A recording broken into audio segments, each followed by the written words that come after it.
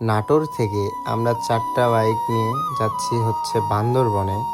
4টা বাইকের ফুল ট্যাঙ্কি লোড করে আমরা রওনা দিয়ে দিছি বান্দরবনের উদ্দেশ্যে। তো আমরা এখন আছি সিরাজগঞ্জে। সিরাজগঞ্জে থেকে আবার রওনা দিয়ে দিব ঢাকার উদ্দেশ্যে। তো সামনে হচ্ছে যমুনা সেতু আছে, যমুনা সেতুতে টোল দিতে হবে। টোল দেওয়া হয়ে গেছে অলরেডি আমাদের সবারই। সবাই একসাথে হয়ে আবার যমুনা সেতু পার হইতেছি।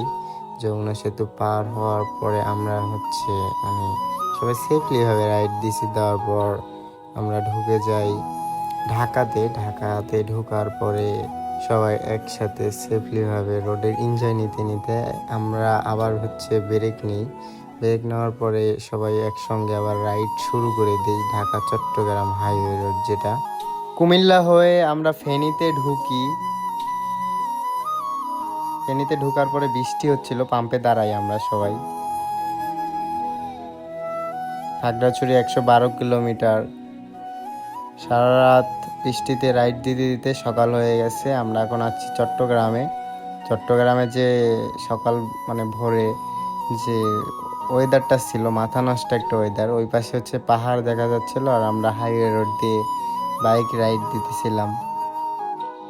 আমরা ছিলাম হচ্ছে যে অনেক টায়ার্ড। তারপরে আমরা আবার ব্রেক নেই। ব্রেক নেওয়ার পরে সবাই নাচানাচি শুরু করে দেয়। সবার শরীরের কন্ডিশন খুবই খারাপ ছিল। সবাই ড্যান্স শুরু করে দিয়েছে ঝাঁকা নাকা। তারপরে আবার বৃষ্টির ভিতরে আমরা বাইক নিয়ে ঝড়ের গতিতে আগাচ্ছিলাম। আগাইতে আগাইতে তারপরে আমরা আবার ব্রেক নেই কিছু ছবি তোলার জন্য। এইখানে আবার হচ্ছে যে ব্রেক নেই। এই রাস্তাটাই হচ্ছে বান্দরবন যাওয়ার রাস্তা। এই রাস্তা দিয়ে আমরা বান্দরবনে যাব। তো এই হচ্ছে যে রাস্তার সৌন্দর্য, দুই পাশেই পাহাড়, মাঝখান দিয়ে রাস্তা। তো এখনো এখান থেকে বান্দরবন 90 কিলোমিটার।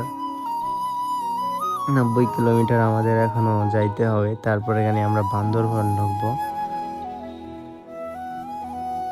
তো ফাইনালি অনেক কষ্টের পর আমরা বান্দরবনে ঢুকে গেছি। এটা হচ্ছে যে বান্দরবন, দুই পাশে পাহাড় আর মাঝখান দিয়ে রাস্তা। পাহাড়ের উঁচা ঢালু যে ব্যাগগুলো আছে এগুলো হচ্ছে যে খুবই ডাউন এবং অনেক উঁচু। তারপরে আমরা আস্তে আস্তে পাহাড়ের ভিতরে ঢুকতেছি, উপরের দিকে উঠতেছি, আরো উপরের দিকে যাচ্ছি আস্তে আস্তে। এই হচ্ছে যে পাহাড়ের রাস্তা। আমরা যাব হচ্ছে থানচি। এই হচ্ছে পাহাড়ের রাস্তা। এই যে দেখা যাচ্ছে যে ইয়াটা, ওইখান থেকে আমরা এইখানে আসছি। তো দেখা হচ্ছে নেক্সট ভিডিওতে।